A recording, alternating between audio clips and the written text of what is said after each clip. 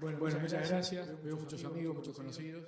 Es un placer estar acá. La verdad que agradecer a Presi por la oportunidad de tener esta chance de comunicarnos. Y vamos a ir directamente al tema, estamos un poco tarde, de tecnologías en sorgo y el manejo estratégico. Yo le voy a...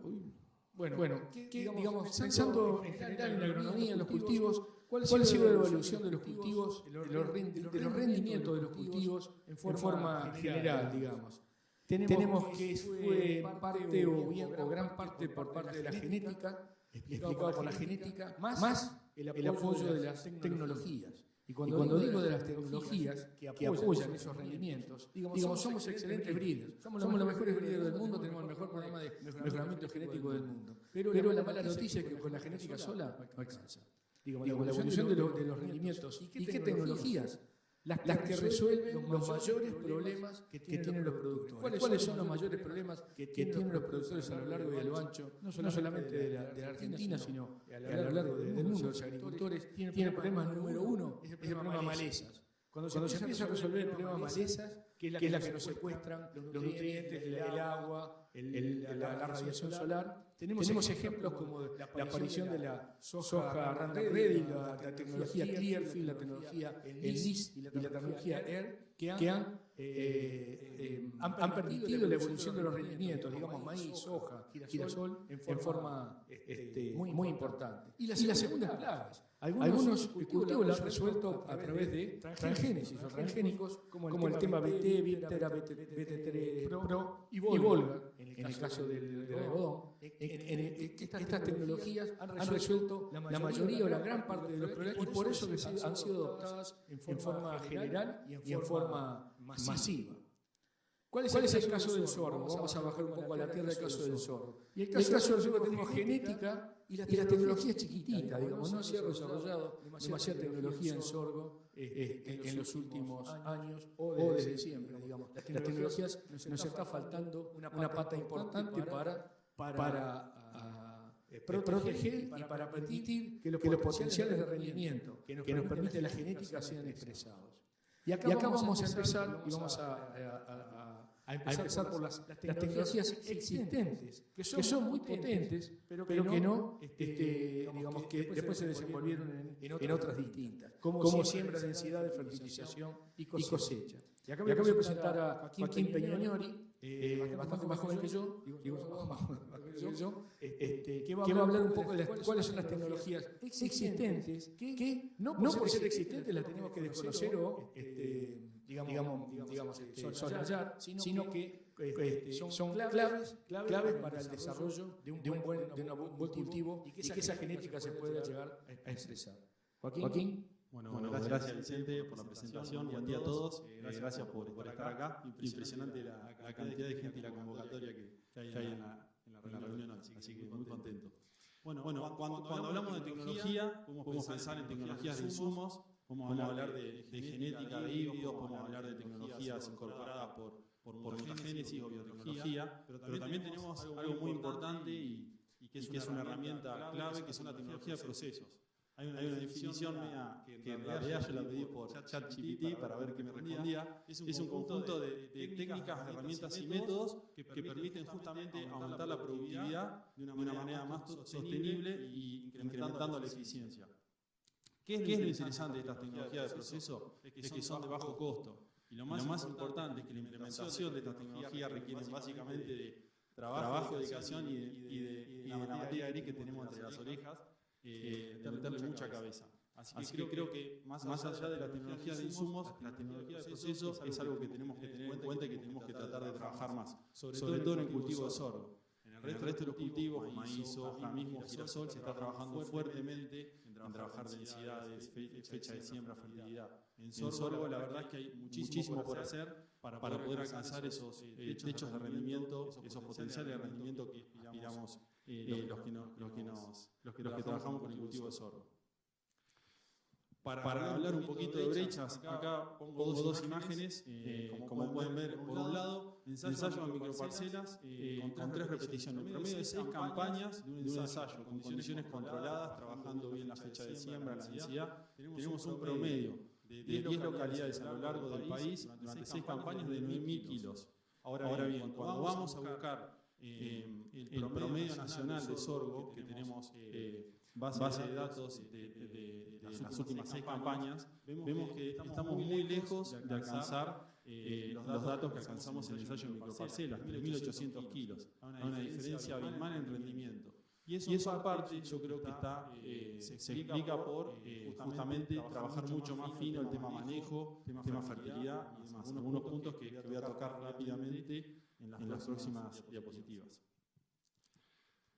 Cuando hablamos de esta fórmula que la hemos visto mucho en la facultad, en genética, yo no soy líder y me da vergüenza hablar de genética al lado de Vicente, pero la realidad es que nosotros sabemos bien que la respuesta, digamos, las variables que nosotros podemos medir en el campo, como rendimiento o, no sé, el color de una arveja y demás, están explicadas por tres variables. Una es el genotipo, que es el ADN, lo tenemos la genética, como dijo Vicente, tenemos los mejores breeders del mundo trabajando en los programas de mejoramiento del sorgo y realmente tenemos genética muy competitiva, pero ¿qué tenemos que hacer en el cultivo del sorgo? Trabajar mucho más en el ambiente, en la elección de lote, en la fertilidad, en el manejo de malezas, de las plagas, en la nutrición del cultivo, cómo hacemos la implantación y demás. Y obviamente algo muy importante es entender que entre la genética y el ambiente hay una interacción que también va a aportar a esa respuesta que nosotros vamos a ver en rendimiento, que es lo que más nos interesa. Tenemos que tratar de empezar a buscar y también a pedirle a los semilleros que nos aporten y les aseguro que hay genética disponible que tiene adaptación para cada tipo de ambiente y para cada situación. Por lo cual nosotros tenemos que empezar a preguntar más, en vez de pedir una bolsa de sorgo y buscar el híbrido más barato, empezar a preguntar, che, ¿qué híbrido tenés de sorgo? Para esta situación, para esta fecha de siembra, para este tipo de ambientes. Obviamente el híbrido de sorgo que nosotros sembramos en zona núcleo, yo soy de Pergamino, no va a ser el mismo que vamos a sembrar en el sudeste bonaerense. El periodo de libre de heladas es diferente. Hay un montón de cuestiones y problemáticas que son muy diversas según la región productiva que nosotros estemos encarando, por lo cual es muy importante tener en cuenta eso. Respecto a la elección del lote, ¿dónde estamos posicionando hoy al sorgo? Creo que si nosotros nos preguntamos, creo que el 90% sabemos que estamos posicionando al cultivo en ambientes más restrictivos. La melaloma diría que más al bajo. Cuando hablamos con los productores, yo trabajé mucho en desarrollo y no, la verdad que sí, el sorgo mismo nos pasaba con el girasol, lo mando al bajo, donde realmente no voy a invertir en maíz o no voy a sembrar soja y bueno, vemos que esperemos a ver que salga algo. La realidad es que esta es parte de la respuesta de por qué estamos teniendo los rendimientos medios que estamos teniendo.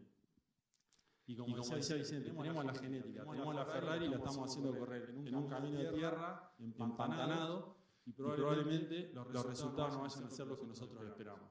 Eso es muy importante tener en cuenta. Otro punto, para hacer una especie de recorrido rápido por los puntos claves que hay que machacar y me parece que son muy importantes. Tema de implantación, temperatura de siembra es clave. Así como es clave el maíz, es clave el sorgo.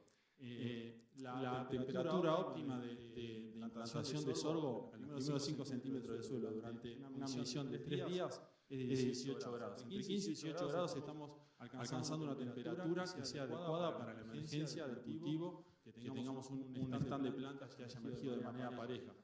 Es más, me parece que es más importante este dato que la fecha de siembra calendario. Obviamente podemos tenerlo en cuenta según la latitud y la zona donde estemos, pero muy importante tema temperatura de siembra. Profundidad de siembra también, recordemos una semilla pequeña con pocas reservas. Tenemos que apuntar a buscar obviamente la humedad en los primeros 3-4 centímetros del suelo para permitir que la planta pueda germinar y iniciar todos los procesos germinativos de manera rápida. Otro tema muy importante para trabajar y que creo que lo venimos hablando bastante con casi todos los semilleros, el tema de densidad de siembra. Se están usando densidades de siembra muy altas. Nosotros tenemos datos de ensayos internos de que con siembras de 140 a 220.000 plantas logradas podemos alcanzar buenos resultados. Tratar de Obviamente esto va a variar mucho de la condición del ambiente y de la situación, pero es muy importante entender que 260.000 plantas es excesivo para un cultivo, sobre todo entendiendo que se lo está mandando a ambientes muy marginales. Estamos metiendo una presión sobre cada planta muy alta en ambientes restrictivos y con mucha población compitiendo por pocos recursos, por lo cual hay que trabajar mucho de eso. Y el distanciamiento entre hileras, esto va a depender mucho también de la situación de malezas y la problemática que tengan en la zona. Entre 35, 42 y 52 son buenos distanciamientos entre hileras. Se ha cortado mucho de los 70 que se usaban antes, por lo cual es muy importante también poder jugar con esta variable. Tema de nutrición del cultivo. Estos son datos de Hugo Fontaneto y de Oscar Keller de la experimental de Quinta Rafaela, donde hay una tabla que muestra, según el potencial de rendimiento o lo que aspiramos a obtener de rendimiento por hectárea, cuántos kilos de tal o cual nutriente estamos obteniendo. En resumen, y para resumir esta slide, es un cultivo que demanda la misma cantidad de nitrógeno que un maíz, la misma cantidad de fósforo, de potasio y de otros micronutrientes. Si nosotros queremos tener un cultivo de 10.000 kilos de sorgo, pensemos en fertilizar de la misma manera que haríamos con un maíz de 10.000 kilos. Es muy importante. Y también algo que queríamos aportar, que lo hablamos bastante con Vicente, es el aporte también, lo importante de incorporar este cultivo en las rotaciones, el aporte que deja de nutrientes en el rastrojo es muy interesante. Si hacemos un promedio de todos los nutrientes que dejan en el suelo, estamos hablando de más del 60% de nutrientes que quedan en el suelo. Otra parte obviamente lo extraen en el grano, pero es muy interesante el cultivo para incorporar las rotaciones y para empezar a mejorar la estructura y la fertilidad física y química de los suelos.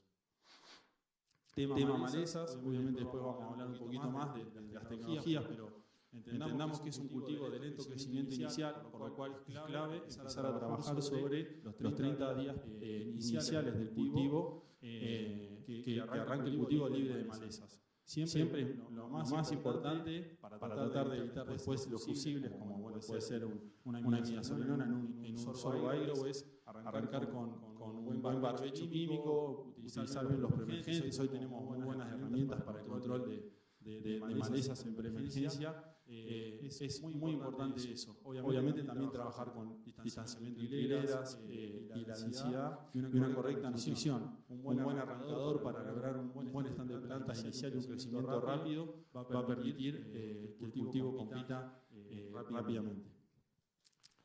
Y un punto que no es menor y que seguramente todos cuando estamos viajando por el país lo vemos, el sorgo es el último cultivo que se está cosechando.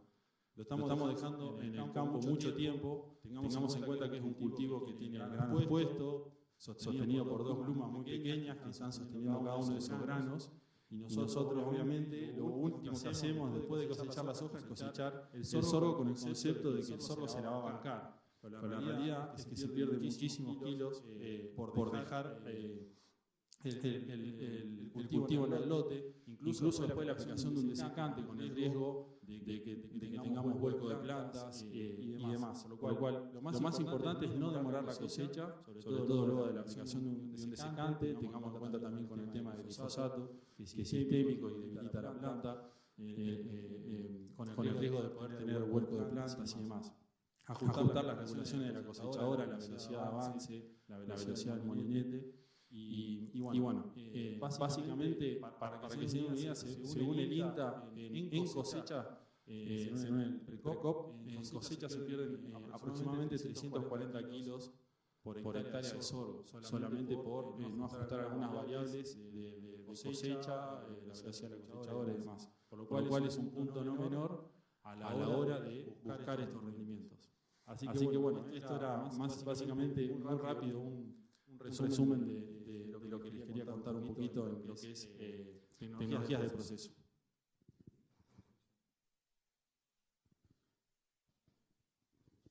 Muy bien, muchas gracias, Joaquín. Hasta acá vimos que todo esto, Joaquín, depende de nosotros, depende de tener cuidado en la siembra, cuidado en la implantación, tener correcta humedad en la siembra. Si a mí me apuran, me ponen entre la espada y la pared, digo que la implantación es la etapa más crítica del cultivo de sorgo, más que la floración. a que lo enganche una sequía, una alta temperatura en floración. Digamos, dependiendo de nosotros, en la medida que le demos atención, lo monitoreemos y estemos seguros de cómo están siendo la siembra y cómo estamos haciendo hasta la cosecha, vamos a obtener los rendimientos que somos capaces de obtener. Y en el caso del sorgo, con otras tecnologías, vemos que las genéticas, tecnologías en chiquito, las existentes, las acabamos de citar, las presentó muy bien Joaquín. Acá hubo un caso que apareció una plaga que prácticamente casi nos saca de la cancha hace 3 años, el pulgón amarillo del sorgo. Y se va a referir a eso Martín Gali, que es un especialista en el tema, que es un asesor privado. Así que, bueno, Martín, todo tuyo.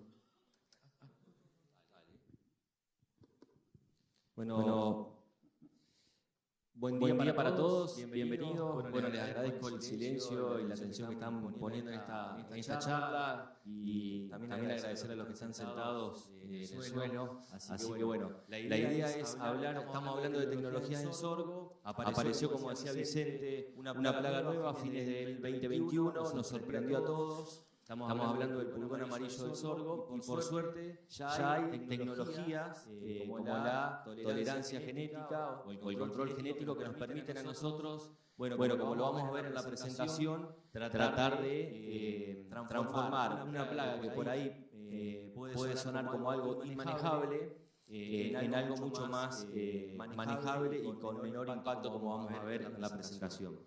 La idea es rápidamente comentarles un poco. También entiendo que hay mucha gente con este problema del tema de chicharrita, se está volcando por primera vez o no tiene tanta experiencia en el cultivo del sorgo, entonces está bueno que aprendan un poco, que discutamos un poco de cómo vamos a manejar el pulgón amarillo, porque es una plaga que te puede impactar mucho en el rinde si no estás acostumbrado a tomar ciertos recaudos a la hora de manejar la plaga.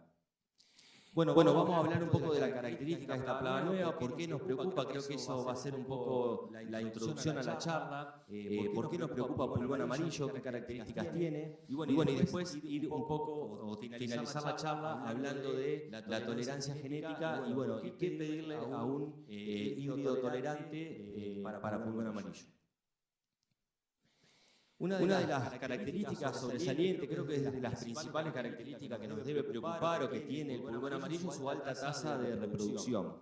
Si ustedes se fijan en las siguientes fotos, son fotos que yo saqué en el patio de mi casa, son del sorgo de Alepo, pero me sirvió para más o menos darle dimensión a esa famosa velocidad o tasa de reproducción que tiene la plaga. Fíjense cómo en las distintas fotos están las fechas arriba. Ustedes pueden observar cómo de una colonia incipiente de 27 pulgones, en poquito tiempo se van triplicando exponencialmente las poblaciones y logramos tener en menos de 11 días, que es lo que duraría por ahí la recorrida que uno hace de un lote, o entre un lote y un lote, pasamos de 27 pulgones a 240. Si a eso le sumamos, que lo vamos a ver más adelante, que el umbral de acción es muy bajo, significa que en poquito tiempo de no ver nada nos pasamos el umbral.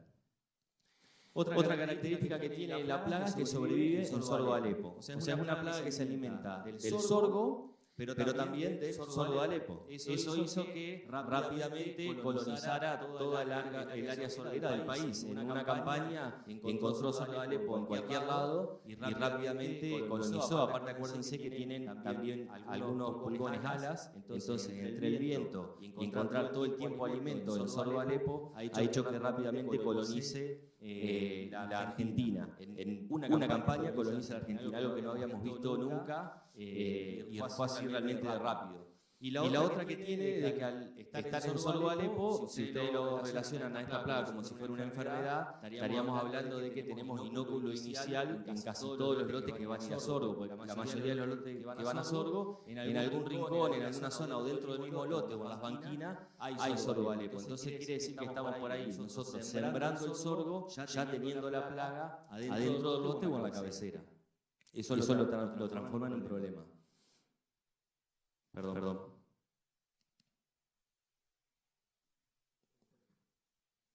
No, ahí está.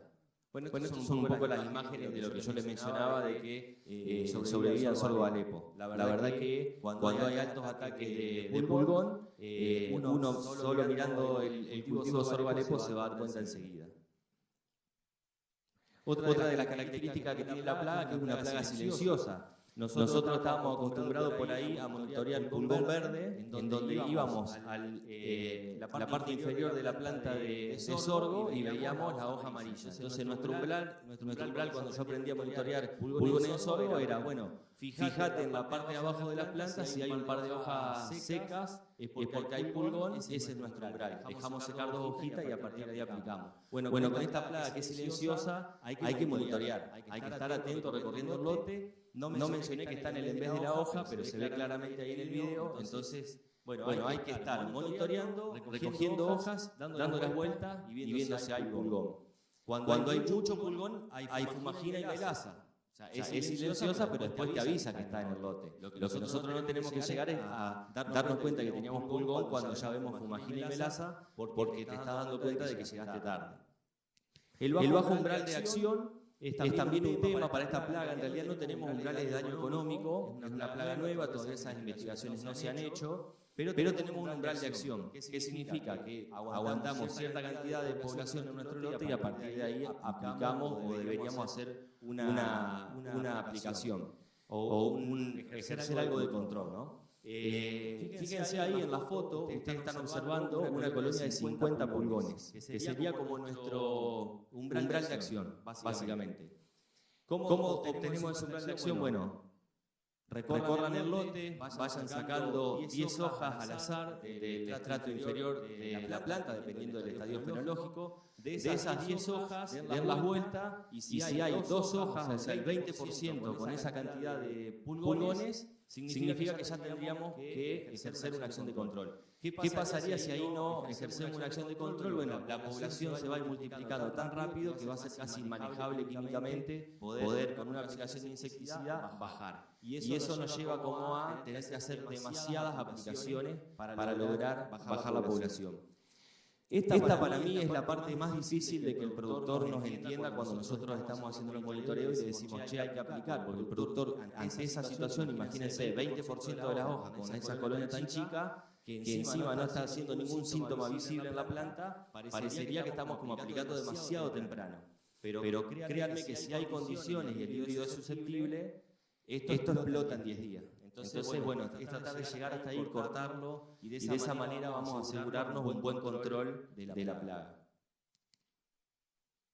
Tiene un exceso de aplicaciones, por supuesto, al ser una plaga explosiva, el umbral muy bajo, eso también va en contra de que requiere mucho control químico. Con lo cual, si ustedes se fijan ahí en el gráfico, son curvas de dinámica, de población, que solemos hacer ya desde que apareció la plaga, hacemos este tipo de ensayos, en donde en un mismo lote tenemos híbridos tolerantes, híbridos susceptibles y hacemos distinto manejo químico. Lo que ven en rojo es la curva de los lotes sin aplicación. O sea, fíjense cómo fue creciendo la población de pulgón hasta llegar a 800 pulgones por hoja. Y la naranjada que ven abajo, y con las distintas fechas del calendario de cómo iba la fenología del cultivo, fíjense que para tratar de lograr un lote que lo mantengamos por debajo del umbral, que está en línea roja, de 50 pulgones, nos costó 4 aplicaciones.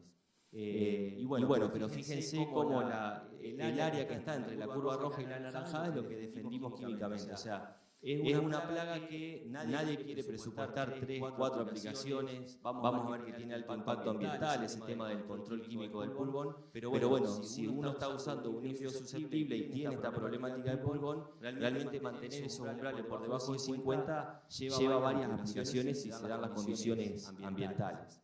Otro problema que tenemos si queremos encarar el control exclusivamente con productos químicos es que no tenemos registro de productos, o por lo menos hoy solo está lo que ven ahí en verde, el sulfoxaflor, que es una molécula que anda muy bien para pulgón amarillo, es banda verde y selectiva para insectos benéficos, con lo cual tenemos muchos beneficios en esa molécula. Exige que uno lo aplique en el umbral, o sea, no esperemos por ahí con sulfoxaflor solo llegar tarde y aplicar.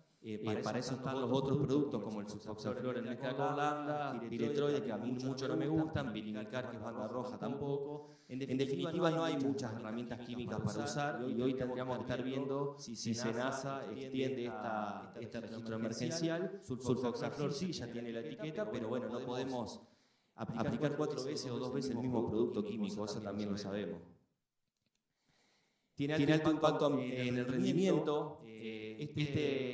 Esta gráfica es muy clara. A lo primero, cuando no teníamos experiencia, nos costaba entender que el pulgón te podía robar el 90% del potencial de rinde. Es una plaga que nos va a acompañar durante todo el ciclo del cultivo, o sea, no tiene preferencia por algún estadio en particular. Con lo cual eso también complica el manejo porque el cultivo de sorgo es un cultivo que por ahí puede llegar a durar varios días nuestro lote. Fíjense cómo a la medida que el cultivo florece y después va llenando grano, las pérdidas de rinde van disminuyendo, las pérdidas potenciales, pero bueno, no es despreciable saber que en grano pastoso todavía si tenemos pulgón nos puede robar un 20% del peso del grano. Pero yo quiero hacer foco acá y creo que se lleven este mensaje también, un poco el umbral y la tasa de reproducción, y que es silencioso, pero hacer foco en que si nosotros nos dormimos en el arranque del cultivo, o sea, previo al panojamiento, y ahí tenemos colonias de 300, 400 pulgones por hoja, no va a panojar el sorgo, o sea, perdemos el 100% del cultivo. Entonces, pongamos todos los cañones en el monitoreo en las etapas iniciales. Otro dato que estamos viendo, no sé si es por tema curasemilla o qué, o preferencia de la plaga, es que por ahí no va a llegar al lote enseguida. Es como que estamos viendo que por ahí arranca a partir de 4 o 5 hojas, ¿no? Pero en ese periodo de 4 o 5 hojas, previo a la floración o al embuchado, explota. Entonces, bueno, metamos todos los cañones a no abandonar el cultivo de sorgo y ir a recorrerlo ahí. Y también otra cosa que nosotros hemos convivido con el pulgón amarillo en años secos, ¿no? Entonces siempre se dio esa condición. No sabemos qué puede pasar con el pulgón en años más normales, en donde sembremos en fechas de siembra más tempranas, en donde la plaga por ahí se encuentre con otras condiciones ambientales que les puedan jugar en contra. Pero la realidad de lo que yo les estoy mostrando es de las últimas 3 campañas que han coincidido con años secos. Por supuesto, como dice ahí el cuadrito en amarillo, va a depender esas pérdidas de rendimiento del tamaño de la población, de la tolerancia del híbrido y del estado fenológico en donde nos impacte en el lote.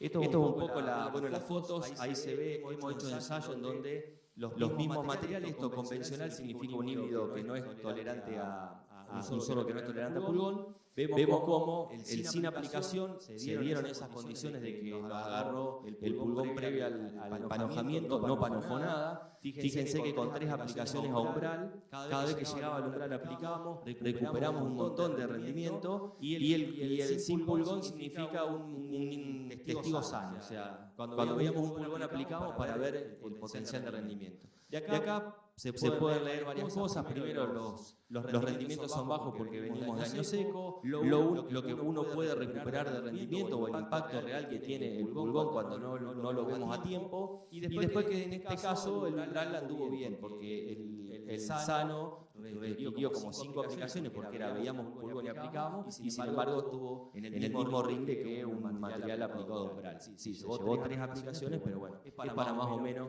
llevarnos una idea. Y el exceso de impacto ambiental no es algo menor. El cultivo de sorgo es un cultivo que tiene muy expuesto el polen por mucho tiempo, entonces es muy atractivo para polinizadores. Y lo que estamos viendo es que la melaza que produce el pulgón atrae muchas abejas, no solo abejas de la miel, sino también otro grupo de abejas solitarias, que por ahí mucho foco en ellas no hacemos.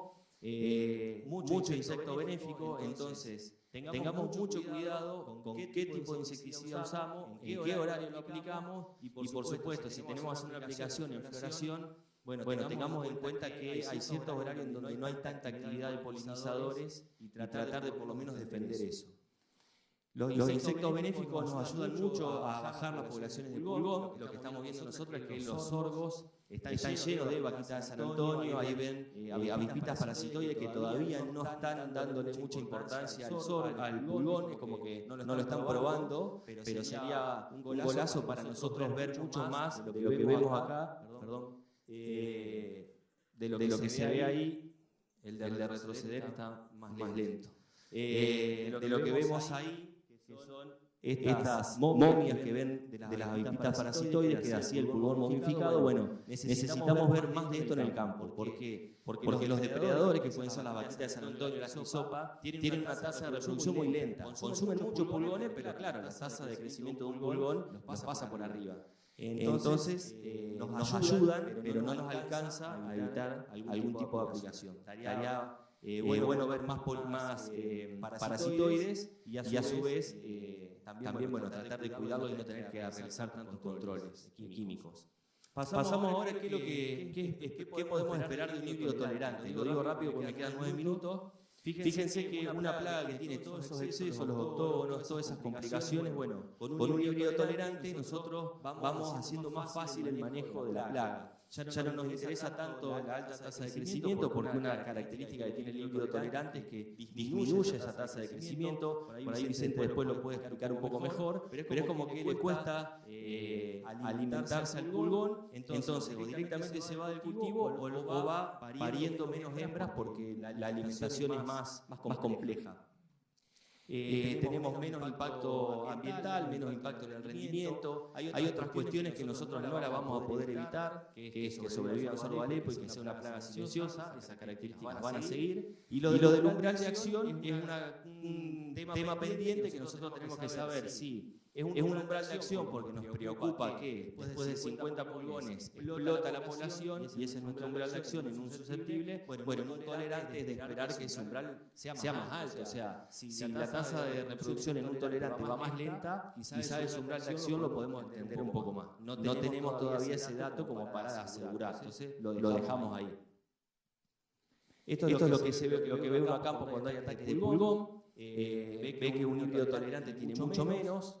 Esta es una curva parecida a la que hoy les mostramos, son dinámicas de pulgones por hoja, en las distintas fechas que hacemos los muestreos, y fíjense, la curva roja es un híbrido convencional sin aplicación, y lo verde que ven ahí abajo es un tolerante. O sea, realmente la diferencia que hay entre lo que uno encuentra entre un tolerante y un híbrido convencional es abismal. Pero no deja de tener siempre pulgón cuando haya condiciones. Entonces, fíjense que esta curva, las escalas comparada con la anterior, que llegaban a 1000 pulgones por hoja, es una escala menor, el umbral está en 50 igual que el anterior, pero todo lo que pasa en un híbrido tolerante, o generalmente lo que pasa en un híbrido tolerante, siempre está debajo del umbral. Va todo más lento, pero me gusta mostrarle esto porque hay una aplicación, fíjense el 14 de abril, hay una aplicación porque el híbrido tolerante puede llegar al umbral. Entonces puede requerir una aplicación. No se vayan con que es resistencia, con que esto es el pulgón va a picar y se va a morir. Acá no pasa eso. Siempre va a haber pulgón cuando recorramos los híbridos tolerantes, pero en mucho menor medida que un híbrido susceptible. Por ahí generalmente vas a evitar aplicar insecticida. O si este te lleva una aplicación, un convencional te lleva 3 o 4. O sea que siempre hay pulgón. Y eso de que siempre hay pulgón, si lo atamos un poco a manejo integrado y control biológico, lo que yo hoy les mencionaba, que los insectos benéficos que son muy atraídos por consumir pulgones, no les llegaban por esa alta tasa de crecimiento que tiene el pulgón en sí, en un híbrido tolerante. Bueno, al ir más lento nos permite que el control biológico exprese su potencial. Entonces, tenemos ahí varias cosas positivas. La población va más bajo, no tenemos tanto riesgo, el monitoreo lo vamos a poder flexibilizar, la toma de decisiones también va a ser más flexible. Los insectos benéficos van a poder bajar la población realmente y a su vez al no requerir aplicaciones de insecticida tampoco lo vamos a estar impactando a los benéficos con control químico. Entonces, en definitiva, y para cerrar un poco la charla, podemos ver que una plaga que se presentaba como algo inmanejable, que tiene un montón de excesos, como ven ahí, y que nosotros queríamos solucionar eso con control químico, bueno, ahora con la tecnología de híbridos tolerantes vamos a primero tener un control genético, ese control genético nos va a abrir las puertas al control biológico del pulgón, y a su vez, si eso no alcanza, recién ahí pensar en el control químico. O sea que bueno, más o menos estamos haciendo un manejo integrado del pulgón amarillo del sorgo y siempre, por supuesto, en una base en el monitoreo. No hay que dormirse, recorrer el lote y bueno, llegar a tiempo para ver esas pequeñas poblaciones de pulgón que nos pueden llegar complicar si no los vemos en tiempo y forma, ¿no? Así que bueno, gracias.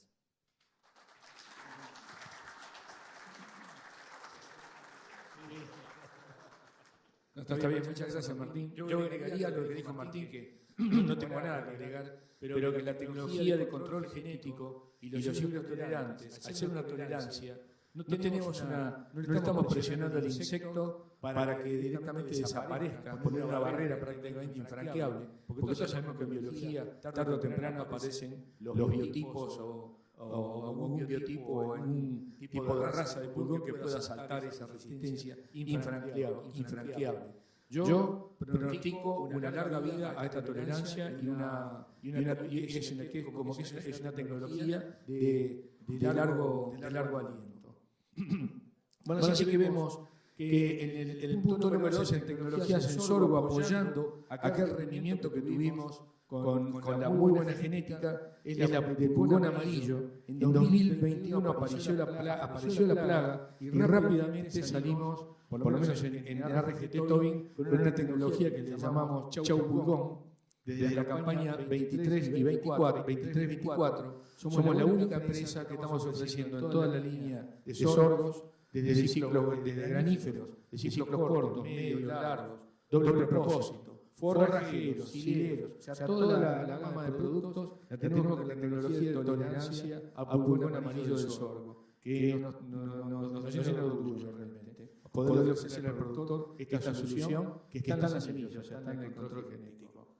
Ahí podemos ver a la izquierda lo que es híbrido tolerante y a la derecha un híbrido convencional o susceptible, digamos, ¿no? No es cuantitativo el tema, sino cualitativo. Esto fue en la primera campaña que apareció, cuando apareció el pulgón en nuestra copa experimental, decidimos no hacer ningún tipo de control químico y bueno, perdimos muchísimas semillas, perdimos muchísimos materiales, muchísimas líneas, pero cosechamos la información necesaria para tratar rápidamente y movernos rápidamente y poder ofrecer la solución al productor que se veía como un problema prácticamente insoluble, ¿no?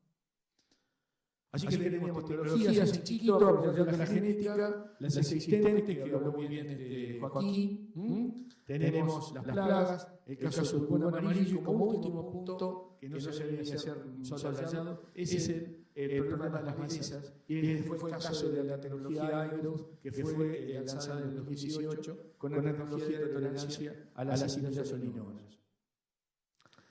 En este tema, desde Tobin tuvimos un lanzamiento de híbrido del Top 69 IG, pero en el 2023 tenemos 4 híbridos con la tecnología IG, resolviendo el problema de las malezas que también trató Joaquín.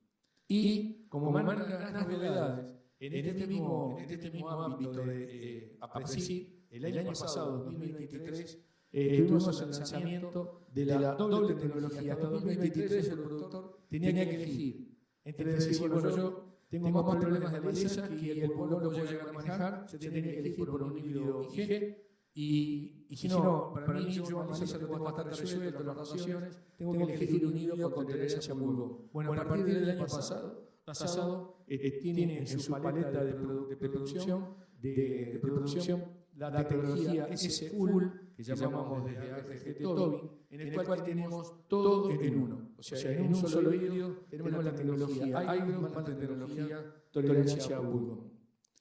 Y estamos trabajando con muchísimas más tecnologías que están por venir, porque creemos que la tecnología aplicada al sorgo y apoyando al potencial genético que tenemos en el mercado es el camino que tenemos para recorrer. Me queda por agregar solamente una parte muy chiquitita, que es en el 21 y 22 de agosto próximo se va a desarrollar el pergamino organizado por la IAMBA, la Asociación de Ingenieros Agrónomos del Norte de Buenos Aires, la UNOVA y el INTA, el quinto simposio nacional de sorgo y la tercera conferencia internacional. Es de inscripción gratuita, la pueden enviar, simposiodesorgo.com.ar, va a ser transmitida en forma de streaming por el sitio, así que tiene la opción de ser presencial y también la pueden atender remoto. inscripciones son gratuitas, así que los solicitantes que están interesados en el tema sorgo va a hacer todas las novedades que hay en el cultivo y en un escenario de cambio climático. Bueno, los invito a meterse en esa página. Por lo lado nuestro, muchísimas gracias.